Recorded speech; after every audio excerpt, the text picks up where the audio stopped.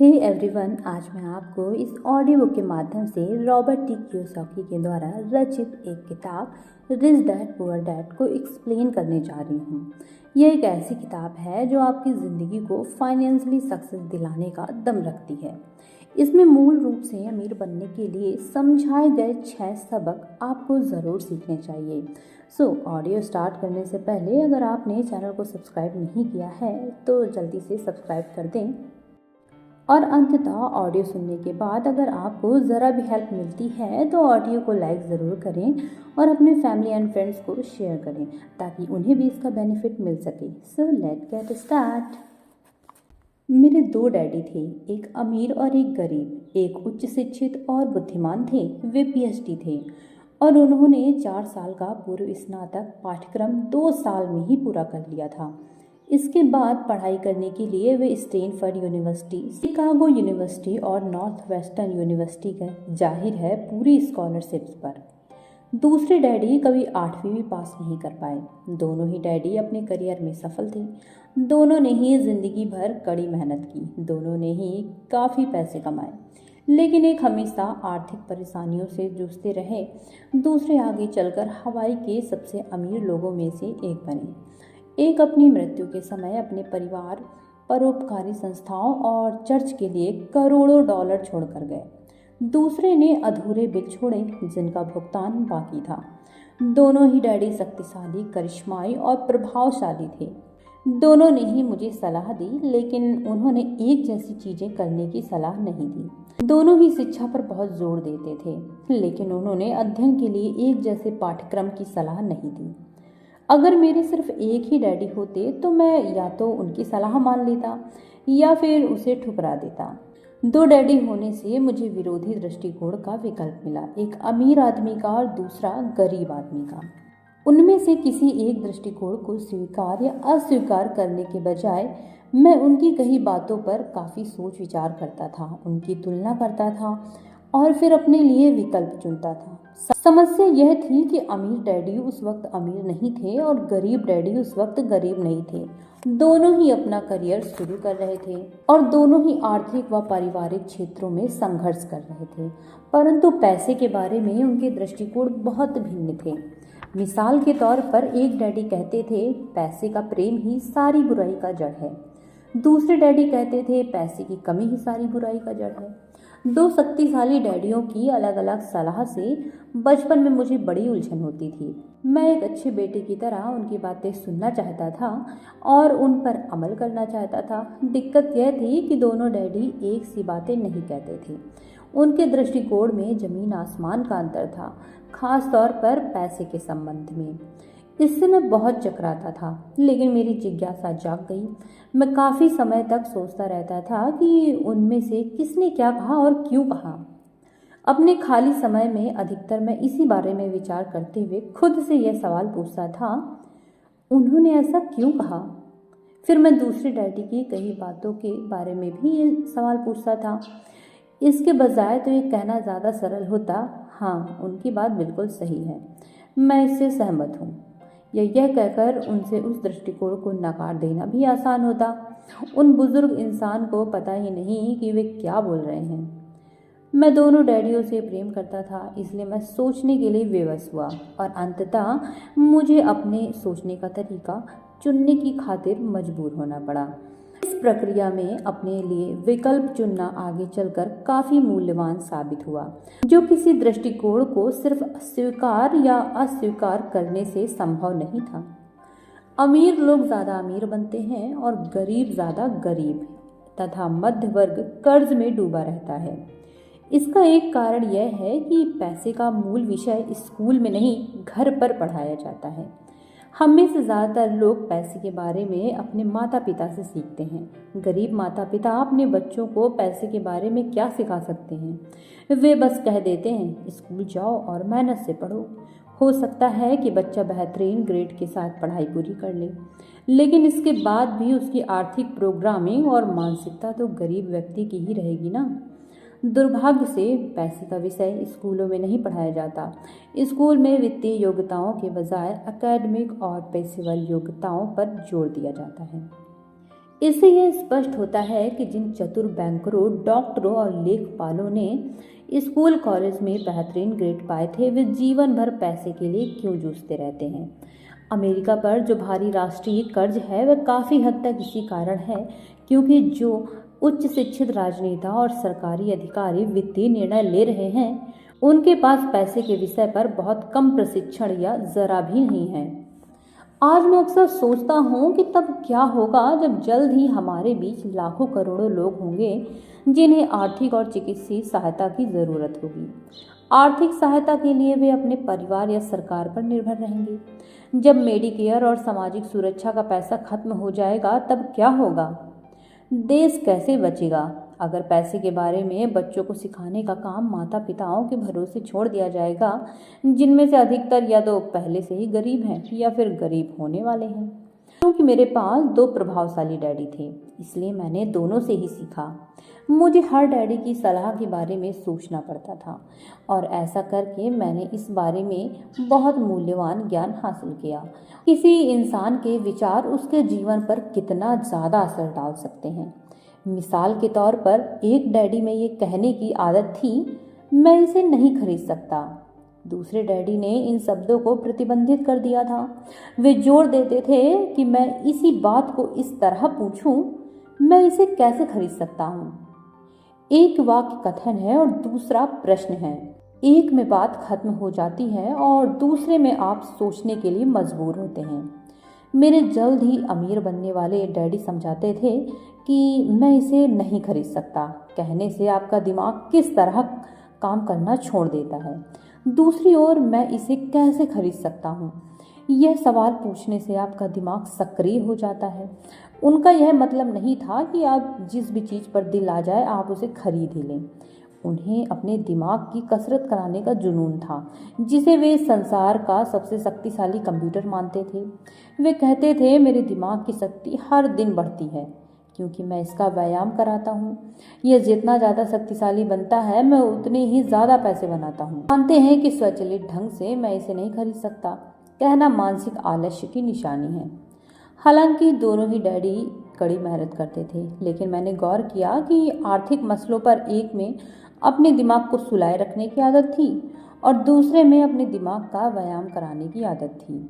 इसका दीर्घकालीन नतीजा यह निकला कि एक डैडी आर्थिक दृष्टि से ज़्यादा शक्तिशाली बनते चले गए और दूसरे ज़्यादा कमज़ोर होते गए।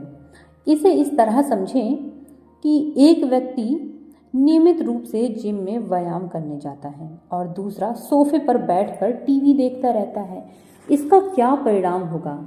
जिस तरह सही शारीरिक व्यायाम स्वास्थ्य के आपके अवसरों को बढ़ा देता है, उसी तरह सही मानसिक व्यायाम दौलत के आपके अवसरों को बढ़ा देता है। मेरे दोनों डैडियों के विरोधी नज़रिए थे और इससे उनके सोचने के तरीके पर असर पड़ता था। एक डैडी सोचते थे कि अमीरों को ज़्यादा टैक्स देना चाहिए ताकि गरीबों को फ़ायदा मिल सके। दूसरे डैडी कहते थे टैक्स उत्पादन करने वाले लोगों को सज़ा देता है और उत्पादन ना करने वाले लोगों को पुरस्कार देता है। एक डैडी सलाह देते थे मेहनत से पढ़ो ताकि तुम्हें किसी अच्छी कंपनी में नौकरी मिल जाए। दूसरे डैडी ये नसीहत देते थे कि मेहनत से पढ़ो ताकि तुम्हें खरीदने के लिए कोई अच्छी कंपनी मिल जाए। डैडी कहते थे मैं इसलिए अमीर नहीं हूँ क्योंकि मुझे तुम बाल बच्चों को पालना पड़ता है। दूसरे का कहना था मुझे इसलिए अमीर बनना है क्योंकि मुझे बाल बच्चों को पालना है। एक डैडी डिनर टेबल पर पैसे और कारोबार संबंधी बात करने के लिए हमेशा प्रोत्साहित करते थे, जबकि दूसरे डैडी ने भोजन करते समय पैसे संबंधी बातचीत पर प्रतिबंध लगा रखा था। एक कहते थे जहाँ पैसे का मामला हो वहाँ सुरक्षित खेलो, जोखिम मत लो। दूसरे कहते थे जोखिम को संभालना सीखो। एक डैडी को यकीन था हमारा मकान हमारा सबसे बड़ा निवेश और हमारी सबसे बड़ी संपत्ति है। दूसरे डैडी का मानना था मेरा मकान एक दायित्व है और अगर आपका मकान आपका सबसे बड़ा निवेश है तो आप संकट में हैं। दोनों ही डैडी अपने बिल समय पर चुकाते थे, लेकिन एक अपने बिल सबसे पहले चुकाते थे और जबकि दूसरे अपने बिल सबसे अंत में चुकाते थे। एक डैडी का यह मानना था कि कंपनी या सरकार को आपकी और आपकी आवश्यकताओं की परवाह करनी चाहिए। वे हमेशा वेतन वृद्धि, रिटायरमेंट योजनाओं, चिकित्सीय लाभ, बीमारी की छुट्टियों और छुट्टी के दिनों की संख्या और दूसरी सुविधाओं के बारे में चिंतित रहते थे। वे अपने 2 चाचाओं से प्रभावित थे जो सेना में चले गए थे और 20 साल की सक्रिय सेवा के बाद उन्होंने जीवन भर के लिए सेवानिवृत्ति एवं अधिकार पैकेज हासिल कर लिया था। वे सेना द्वारा सेवानिवृत्त कर्मचारियों को दिए जाने वाले चिकित्सीय लाभ और अन्य सुविधाओं की भी तारीफ करते थे। वे विश्वविद्यालय में उपलब्ध लंबी कार्यकाल अवधि से भी प्रेम करते थे। कई बार आजीवन नौकरी की सुरक्षा और लाभ का विचार नौकरी से भी ज्यादा महत्वपूर्ण दिखता है। वे प्रायः कहते थे, मैंने सरकार के लिए बहुत मेहनत से काम किया है, इसलिए मैं इस तरह के लाभ का हकदार हूँ। दूसरे डैडी पूरी तरह से आर्थिक स्वावलंबन में यकीन करते थे। वे सुविधा भोगी या अधिकार की मानसिकता के विरोधी थे और कहते थे कि यह मानसिकता लोगों को कमजोर और आर्थिक रूप से ज़रूरतमंद बनाती है। वे आर्थिक रूप से सक्षम होने पर बहुत जोर देते थे। एक डैडी कुछ डॉलर बचाने के लिए जूझे, दूसरे ने निवेश उत्पन्न किए। एक डैडी ने मुझे सिखाया कि अच्छी नौकरी खोजने के लिए प्रभावशाली बायोडाटा कैसे लिखा जाए। दूसरे ने मुझे सिखाया कि शक्तिशाली व्यावसायिक और वित्तीय योजनाएं कैसे लिखी जाएं, ताकि मैं दूसरों को नौकरियां दे सकूं। 2 शक्तिशाली डैडियों के साथ रहने की वजह से मुझे यह विश्लेषण करने का अवसर मिला कि अलग अलग विचारों का जीवन पर कितना अलग अलग असर होता है। मैंने गौर किया कि लोग दरअसल अपने विचारों से ही अपने जीवन को आकार देते हैं। मिसाल के तौर पर मेरे गरीब डैडी हमेशा कहा करते थे, मैं कभी अमीर नहीं बन पाऊंगा, और आगे चलकर उनकी यह भविष्यवाणी सही साबित हुई। दूसरी ओर मेरे अमीर डैडी हमेशा खुद को अमीर मानते थे। वे इस तरह की बातें कहते थे, मैं अमीर हूँ और अमीर लोग ऐसा नहीं करते। जब एक बड़े वित्तीय झटके के बाद वे दिवालिया होने की कगार पर थे, तब भी वे खुद को अमीर आदमी ही कहते रहे। वे अपने समर्थन में ये कहते थे, गरीब होने और कड़के होने में फर्क होता है। कड़का होना अस्थाई है, गरीब होना स्थायी है। मेरे गरीब डैडी कहते थे, पैसे में मेरी कोई दिलचस्पी नहीं है, यह पैसा महत्वपूर्ण नहीं है। मेरे अमीर डैडी हमेशा कहते थे, पैसा ही शक्ति है। हमारे विचारों की शक्ति को कभी नापा नहीं जा सकता, ना ही उनके प्रभाव को कभी पूरी तरह समझा जा सकता है। लेकिन इसके बावजूद बचपन में ही मैं यह समझ गया था कि मुझे अपने विचारों पर ध्यान देना चाहिए और अपनी अभिव्यक्ति पर भी। मैंने गौर किया कि मेरे गरीब डैडी के गरीब होने का कारण यह नहीं था कि वे कम पैसे कमाते थे। उनकी तनख्वाह काफ़ी अच्छी थी। वे तो अपने विचारों और कार्यों के कारण गरीब थे। 2 डैडी होने के कारण मैं बचपन में ही बहुत सजग और जागरूक हो गया था। मैं किसकी बात मानूं, अपने अमीर डैडी की या गरीब डैडी की? हालांकि वे दोनों ही शिक्षा और सीखने को बहुत महत्वपूर्ण मानते थे, लेकिन क्या सीखा जाए, इस बारे में दोनों की राय अलग अलग थी। एक चाहते थे कि मैं मेहनत से पढूं, डिग्री हासिल करूं और पैसे कमाने के लिए कोई अच्छी नौकरी हासिल कर लूं। वे चाहते थे कि मैं किसी पेशे में जाने या वकील या अकाउंटेंट बनने के लिए अध्ययन करूं और किसी बिजनेस स्कूल से MBA करूं। दूसरे डैडी मुझे प्रोत्साहित करते थे कि मैं अमीर बनने के लिए अध्ययन करूं, ताकि मैं ये समझ लूं कि पैसा कैसे काम करता है और यह सीख लूं कि इससे अपने लिए कैसे काम कराया जाए। मैं पैसे के लिए काम नहीं करता, ये शब्द वे बार बार दोहराते थे। पैसा मेरे लिए काम करता है। 9 साल की उम्र में मैंने यह फैसला किया कि मैं पैसे के बारे में अपने गरीब डैडी की बात मानूंगा, उन्हीं से सीखूंगा। इसका मतलब यह निर्णय लेना भी था कि मैं अपने गरीब डैडी की बातें अनसुनी कर दूंगा। हालांकि उनके पास कॉलेज की ऊंची ऊंची डिग्रियां थी। इतने वर्षों में मैंने अक्सर रॉबर्ट फ्रॉस्ट की कविता के बारे में विचार किया है। पैसे के बारे में मेरे उच्च शिक्षित डैडी की सलाह और नज़रियों को न मानने का निर्णय दुखद था, लेकिन यह एक ऐसा निर्णय था जिसने मेरी ज़िंदगी की दिशा तय कर दी। एक बार जब मैंने यह फैसला कर लिया कि किसकी बात मानूंगा, तो धन के बारे में मेरी शिक्षा शुरू हो गई। मेरे अमीर डैडी ने मुझे 30 साल तक सिखाया, जब तक कि मैं 39 साल का नहीं हो गया। इसके बाद उन्होंने सिखाना छोड़ दिया, क्योंकि तब उन्हें एहसास हो गया कि मैं वह सब कुछ जान गया और पूरी तरह समझ गया था जो वे अक्सर मेरी मोटी खोपड़ी में घुसाने की कोशिश कर रहे थे। पैसा शक्ति का एक रूप है, लेकिन वित्तीय शिक्षा इससे भी ज़्यादा शक्तिशाली है। पैसा आता जाता रहता है, लेकिन अगर आप जानते हैं कि पैसा कैसे काम करता है तो आप इस पर काबू कर सकते हैं और दौलत बनाना शुरू कर सकते हैं। सिर्फ सकारात्मक सोच से ही काम नहीं बनता। इसका कारण यह है कि अधिकतर लोग स्कूल कॉलेज तो गए थे, लेकिन उन्होंने कभी यह नहीं सीखा कि पैसा कैसे काम करता है। इसलिए वे पैसे के लिए काम करने में अपनी पूरी ज़िंदगी बिता देते हैं।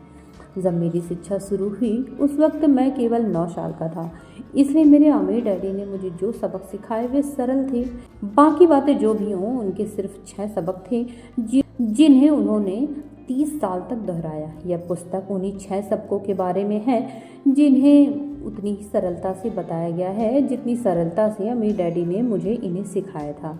ध्यान रहे, सबक का मतलब जवाब नहीं है, इसका अर्थ तो मार्गदर्शक है। ऐसा मार्गदर्शक जो अधिक दौलतमंद बनने में आपकी और आपके बच्चों की मदद करेगा, चाहे इस लगातार परिवर्तनशील और अनिश्चित संसार में कुछ भी होता रहे। सो एवरीवन, अगर आप इस ऑडियो बुक को पढ़ते हुए यहाँ तक पहुँच आए हैं तो बहुत बहुत धन्यवाद।